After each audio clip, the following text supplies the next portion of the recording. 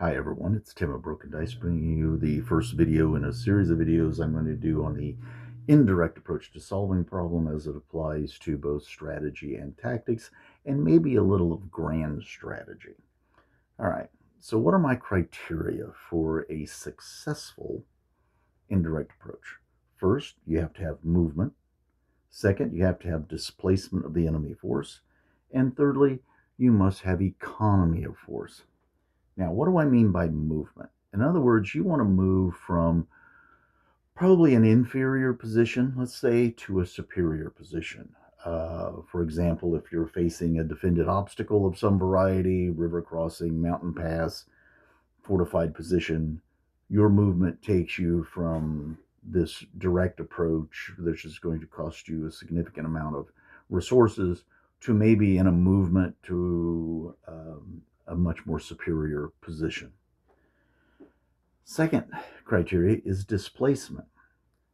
In that movement, you do it in such a way that it requires the enemy force to either abandon those well placed fortifications or abandon a river crossing or a mountain pass and then engage from a different position, location, and direction.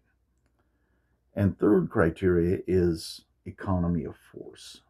In other words, what you want to try to achieve through the first two of movement and displacement is an opportunity to win the encounter with limited resources.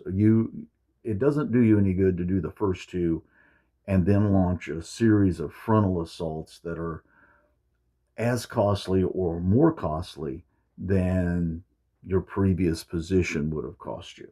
Okay? Well, the first in our book is obviously, as you can see here on the screen, Normandy.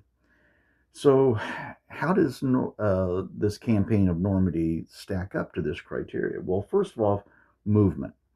With Operation Fortitude reinforcing the Germans' idea that the landings were going to happen around Calais, which is the shortest distance across the English Channel, I think it successfully meets that criteria. It holds that large force in place, and the invasion actually takes place in Normandy. So they have the movement advantage.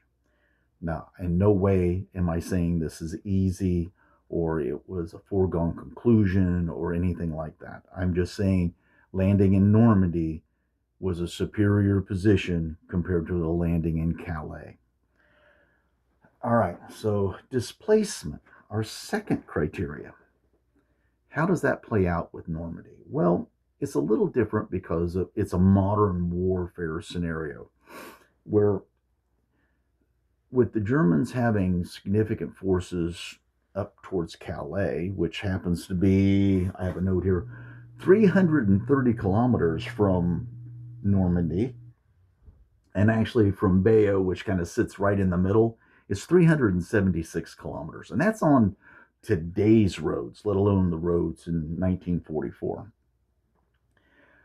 So, with the Germans having to move troops to counter these landings, I think the Normandy campaign is successful at displacement, and doubly so because they have air superiority, which costs the Germans greatly. So a lot of the units that wound up getting to Normandy did piecemeal, and it wasn't the grand attack envisioned by the German command that would happen against these beach landings.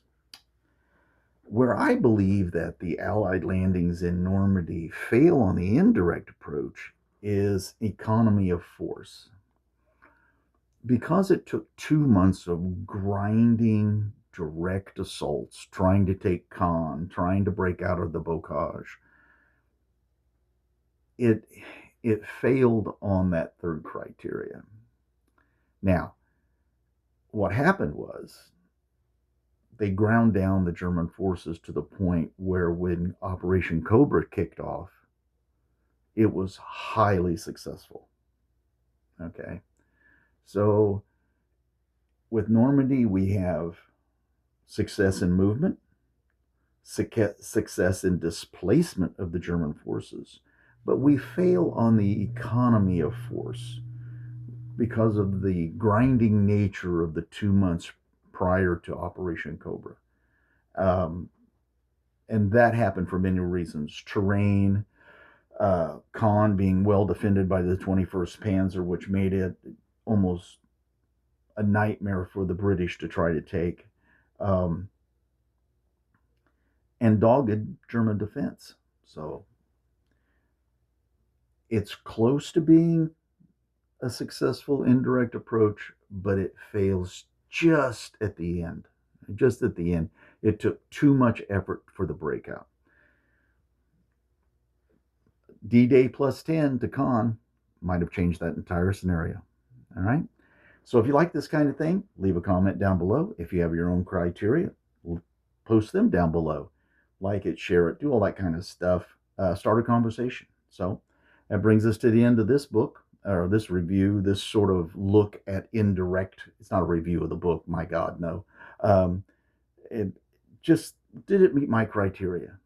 Maybe you have a different set. Leave those down below too. All right. That brings us to the end of this. Again, like I said, I hope all your projects are going well.